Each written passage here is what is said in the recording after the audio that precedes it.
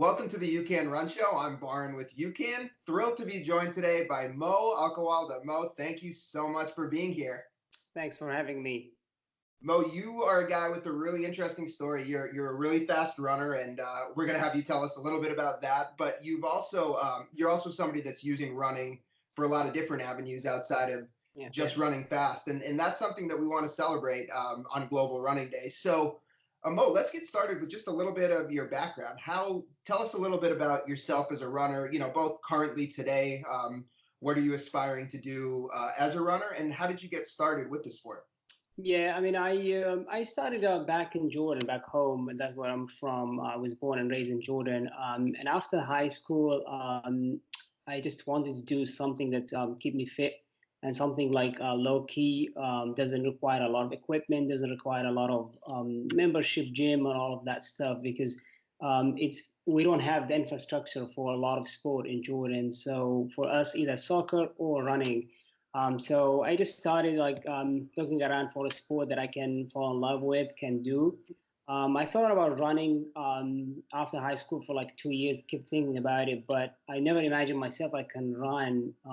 It's just hard. Even walking for 1 mile is really hard because we don't have, also back home, we don't have the street to able to us for us to run or walk even in safe place, especially on the suburb of Amman and the villages. So. And then I just said, let me try it out. And I went out for a run one day, and I went also only for 2 miles. I remember that, and it just was so hard. Like I was breathing really hard, and I felt like so out of shape. Then I quit it. I said I'm not gonna do it. Then after like a month afterwards, I went to supermarket. They saw brochure for a half marathon race. I said maybe if I do a race, that would be easier running with people. So I didn't know what's half marathon is like. I don't know even 21K. Like I have no clue what this is all about. I just say maybe just walk it, or maybe you eat on the way. So I registered for that race, and I actually completed it almost in 2 hours. I walked a lot of it. It was really hard, and since then I just loved the sport, and I just said I have done it, I can do it. Actually, I took like 3 months. I couldn't do anything. Got a lot of injuries after these 2 hours of run. But I joined people. I joined a group of people in Amman, and I started training with them. They're all amateur athletes who just want to stay fit. Until then, I just kept doing it day in, day out. I stick with it. I just, if the day that passed without me running, I just feel like really bad, and I just feel that things are not going right that day. Until I progressed in college, and I went to New York Tech in New York. I competed as a student athlete, sophomore and senior, and also in my first year of my master's. In college, in cross country college, and after that, I just appreciated running, how much running gave me in terms of I got my education through running, so I just loved it, and I just don't want to leave the running world after college. Then yeah. So now you came over to the U.S. and you've become a part of the running community. First in New York City. And kind of had a chance to be part of the running community over here. But I think it was really interesting. You were talking about your experience running in Jordan and running your first half marathon, which was in Jordan, correct? So give us a little bit of an insight. Like, what is the running community like back home in Jordan? When I just started, there was no running community. Basically, we were like 5 to 6 people who were all of them like about age of 35 to 40 who knows about health, who knows about running. And they were just like running every day after work. And I was still in finishing high school, and I'm about to go to university. So basically, just very, very casual amateur runners who just run for fun, just to stay in shape, and who got the education of running from overseas, from either US or the UK. But now it's much improved. The running in Jordan is a lot of groups. We helped, and we started worked with the Amman road runners group where we gathered more than at least now we have more than 100 amateur runners running every day in the street of Amman, and we have also our own race called the Amman Marathon also. But it's really hard in Jordan because the sport is it's considered for people who low class people and it's not well funded. So but now people starting to believe that in order to be in any good in any sport is running is the key.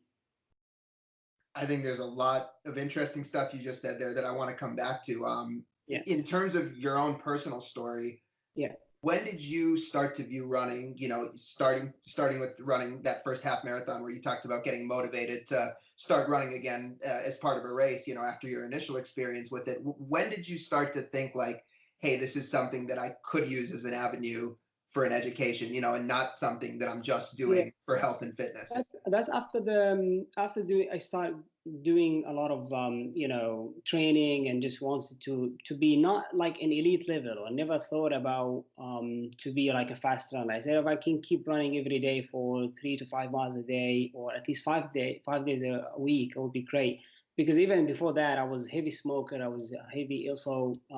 I had a you know, I was, I mean, you consider overweight for my age back then. So, so that's what I wanted to stick to quit smoking and just to stay fit and to stay in a more positive atmosphere around me. Until we had the cross country championship was in 2009 in Jordan, and I was working on that cross country championship, and I met with the coaches from the US, and they told me about if you fast enough, you will get some scholarship in the US. So you just have to reach out to colleges and see where you can end up. So then after that, I applied for a couple of for a couple of universities. I got accepted to transfer to NYIT in New York Tech, and then I got the scholarship. I ran the time that the coach asked me to do, and but that was a lot of hard work. Like I kept like training for 1 year almost back home, just doing. I don't know what I was doing. Basically, I had no coaches. I was just lacing my shoes and just go for a run every day and just wanted to have the dream to go to the state and get a scholarship because I wouldn't be able to afford paying from my own pocket money or from my family. So that's why I appreciate the first thing about running. It gave me out of where I was and where I am right now. Anyway. So that's really fascinating and kind of really great insight into kind of your early, you know, entry into the sport and what motivated you to continue pursuing it. Now, as we're heading into 2020, an Olympic year, your goals in running are continuing, right? You've got your next pursuit in running. So tell us, Yeah. you know, headed into the Olympic year, what are you trying to do leading 2020? I'm hoping now to. I mean, I'm building up to Berlin Marathon now. I'm ranked the fastest marathon in Jordan since 2015. My best time is 2:23 flat. Was in Tokyo. Was like in March this year. So I'm hoping to break the 2:20 in this coming race. I mean, I'm working with my coach, and we're just trying to see what's the best training strategy that we can pursue this summer, focusing more on speed. Because now the marathon is all about speed. When you reach the 2:20s, it's more than how much speed you have in order for you to break the 2:20. When you think back to that first half marathon, you told us that you ran that somewhere around 2 hours. Now we're talking about a marathon. You're talking about 2:20. Like you have I think that's what's really amazing about running. Obviously, you've dedicated yourself to it. You've worked really hard, and the improvement comes. But does that ever just blow you away sometimes? Definitely. I mean, I think about it. I have a picture of me from my first group run, and also have my picture on Tokyo on the finish line, and it just keeps me motivating in the morning to wake up. I said I never expected myself to line up with the elite in Tokyo Marathon, or even with the elite with the Berlin Marathon. Like in Berlin Marathon last year, I was lining up behind Kipchoge, who was his #1 athlete in the world. So a lot of people, even in Jordan, they would like wonder what did I do to reach out to that. I'm not speaking for myself, but I've worked hard for it. I was not thinking about what I wanted to do. all I would just like, I mean, just it was hard work, because that's the only thing works. I believe that, I keep saying to, like, hard work works because it's without it you're not gonna go anywhere. So I never believed like I wanted to be a fan, like a pro athlete. I just want to do it because I love the sport. I'm not doing it for the money. I mean, I have a full-time job, busy week, with family and travel for work, but I just doing it, and that's what I'm trying to tell a lot of people back home for the young generation, and for anyone who's asking advice. Like, do not look for the sport, to earn money, but you have to start. I mean, if you earn money, it would be great, but you just stick with it, stay motivated, and don't think about what's going to happen next. Just work hard and train hard for it. That's a really great message, and clearly it's a great message in combination with your story, because I think what you've shared with us today is really an example of that, from how you started to what you're doing with your running now. So you were sharing a little bit ago with, now going back to Jordan and trying to build the interest in the sport. When initially it was just a handful of you training. Now you've gotten it to a point where there's, a marathon being put on. There's groups and maybe clubs with more participation. Give us a little insight into that. How do you go about building a community almost from scratch? I mean, what happened is like what we did, basically when I finished my university in New York. I did a couple of internship after the university, and I went back to work for, NGO called Generation for Peace. That's where we use the sport, to build, peace building through communities where have, some conflict. Was in the Middle East and also in Jordan. So, and during my time being in Jordan, I was trying to build a community by, putting like Facebook group and say come for like a 5K walk, slash run, because if you just put run, nobody will come. So we started with just walking, fast walking, and, we started integrating like a bit of workout where you can run for 1K and walk for 1K, and just people start picking it up little bit by little bit, and having a couple of races lined up for people in Jordan helped a lot. It's as a goal. 10K for someone who never ran, it's a big distance. It's We don't think about 6 miles. We have a 10K. So 10K in Jordan in the heat in the summer could be really, it's like a marathon in New York. And also we don't have the education, for running. Like, we don't have like buying the shoes. Well, I mean, Jordan, it could be very expensive. But now, I mean, even like we have a lot of, initiatives, that came up with athletes who never ran, who started running about 5 years ago, who understood what the community needs, what some of the talented athlete needs, like shoes. So there's an initiative for Boost in Jordan. As a friend of mine is, actually, started about 6 years ago, where she would, collect money and donation to buy shoes for the talented athletes. So we thought about, letting the young generation doing it, so we can pass on the message to the elder generation that we all need to be active. We all need to be, um, out in the street and spread the message of running. How much, when you were talking about, like, if it was you just set up a run, maybe people wouldn't come, it might feel too intimidating. Like, you're talking to people who have no experience in the sport perhaps, and trying to get them Yeah. to get started.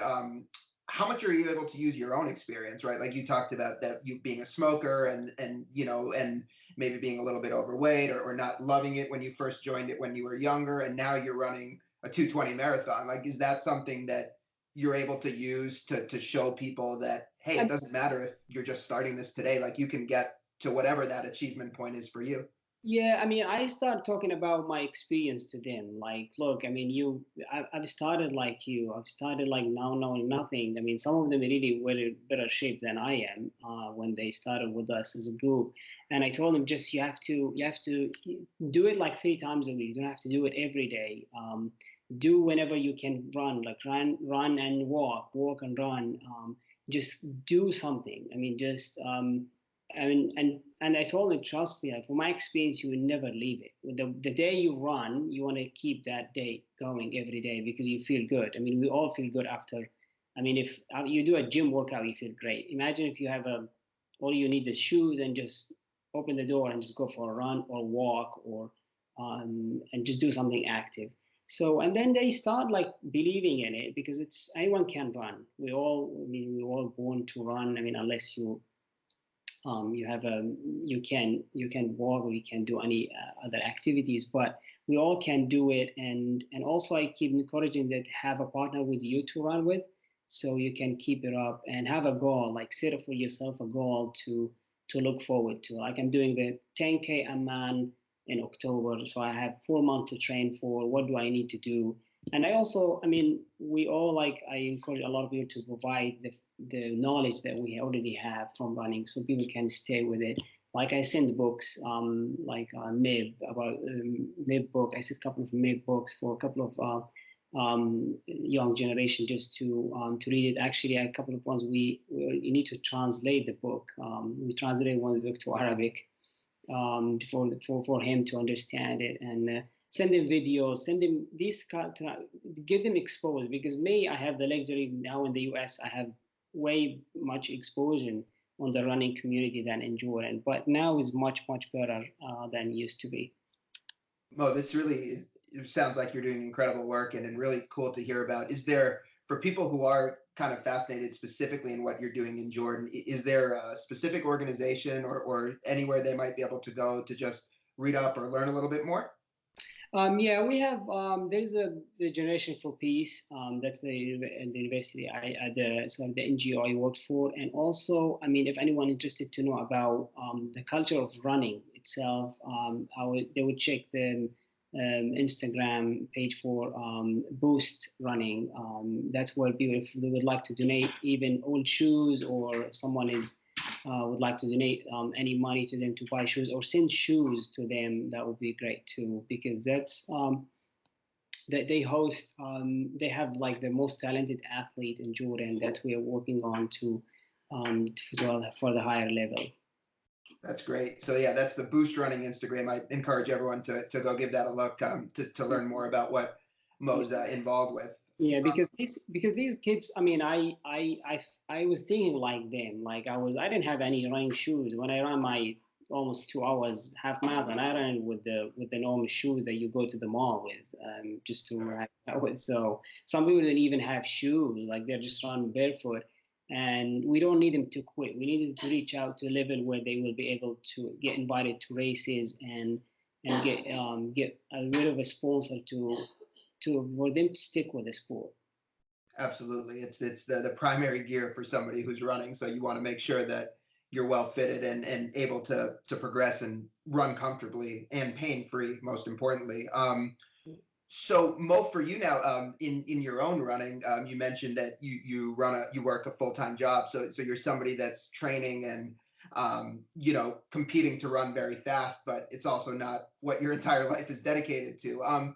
So with that, when you were starting to run fast and trying to balance training around working and the other things in life, nutrition, I'm sure, yeah, is something that you have to think about and pay more attention to. What were some of the challenges from a nutrition standpoint for you as you were like, hey, I'm really trying to get faster in the marathon?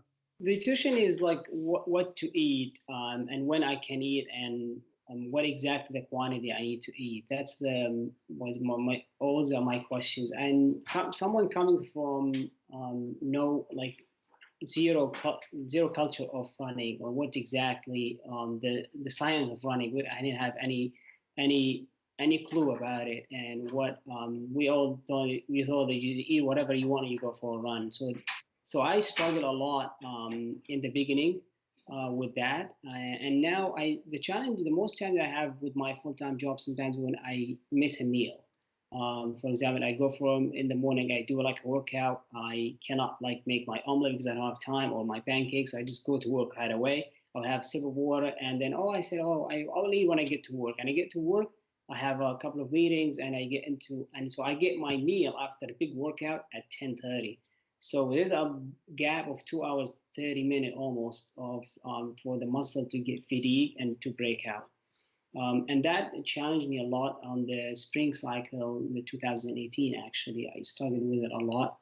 Um, but then after that, things, I just start learning more and knowing exactly what kind of product I need. That will be easy on my stomach. Will be like give me the balance of sugar through the midday and the end of the day too.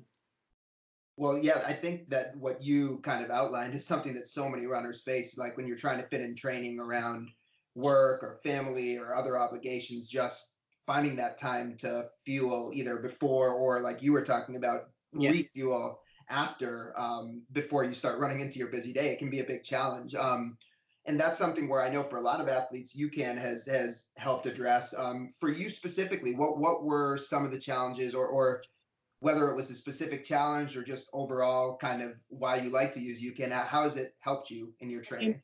and I have a lot of, I mean, my stomach gets really sensitive from a lot of energy bars that I've used, and but I didn't have it anything with UCAN, and I didn't have any of these problems. I mean, I in the morning I would just have a one of the bars, chocolate bar, and literally I would have it like about 25 minutes before my run, and I just go for a run. I didn't have any issues, and I keep like it's a sustain my workout.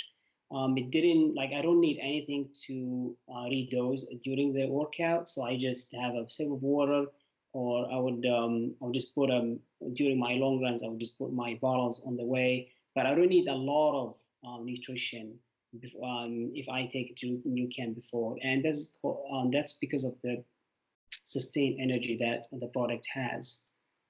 That's great. Have you, so that's a great kind of application for using it before big workouts. And I think especially for people that might be training in the morning, if you are trying to work, that ability to eat something pretty close to the time of your workout and then just get out there and go and have that energy is Yeah. really big. Have you played around utilizing UCAN in the post run period as well?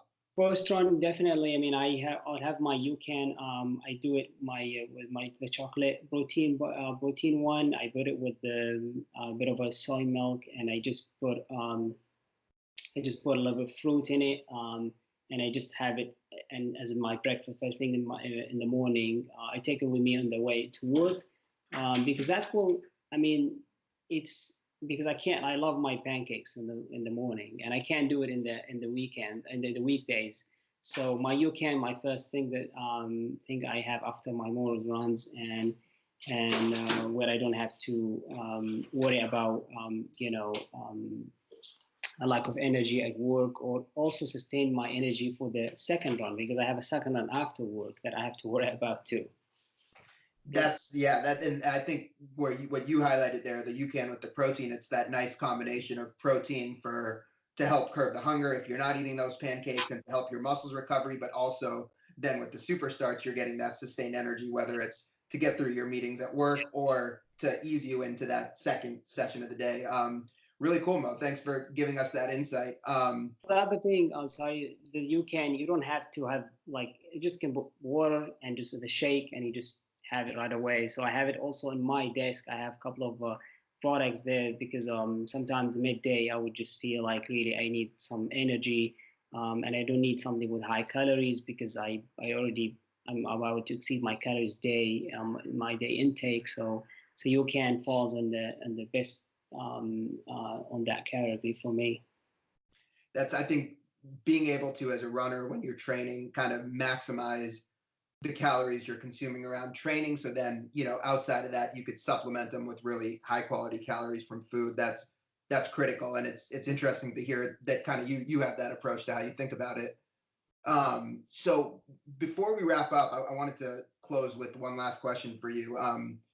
We talked throughout this conversation about all kind of the various opportunities you've had through your hard work in running, also kind of the various ways you've given back to the running community, and also some of the special experiences you've had, lining up next to the Kipchoge and some of the other elites in Tokyo or Berlin. Out of everything that you've gone through in your time in the sport of running, what's been the most rewarding for you? I think the people I met. I keep saying that I owe running a lot because it introduced me to amazing people I would never have ever met, and my if I didn't run. And also, running gave me the positive outlook and determination. That's why I would never quit running. And a lot of people they told me like, okay, so now you're training for to try to run the fastest time in Jordan. So after that, what are you gonna do? And say, I will keep running because I started just to run. That's my goal is just to keep running. And I hope that when I look at people races, people like who are age of 65 to 70 who run a marathon, I dream of falling on that category when I reach to that age. So, but I'm not gonna talk about like it's not like running gave me also I got a lot of achievements through running, but the sustainable achievement that I have running is the people I got introduced to, the sponsors that I met. So it's just amazing community. That's why I advise a lot of people to do it because it's a global sport. Everyone can do it, and it doesn't. You don't have to be in certain shape to do it. So running doesn't know race, doesn't know religion, doesn't know color, doesn't know nationality, knows just someone who just runs. So yeah. Couldn't have summed it up any better. It's a great message, especially for Global Running Day. Mo, really enjoyed the conversation. Really enjoyed hearing Thanks, about your experience. Best of luck to you. I know this won't be the last time our audience will be hearing from you. You've got a big year ahead, lots of exciting stuff in the sport of running, and for you, it sounds like the excitement never stops. You're always going to be finding ways to give back to the community and develop the sport. So I really appreciate you sharing your story today. And I appreciate the support from UCAN the past 2 years to keep us strong and perform better and keep us the energy high. Fantastic. Well, thanks so much, everyone. Thanks for joining us. Thanks for tuning in for Mo's story. We'll see you next time.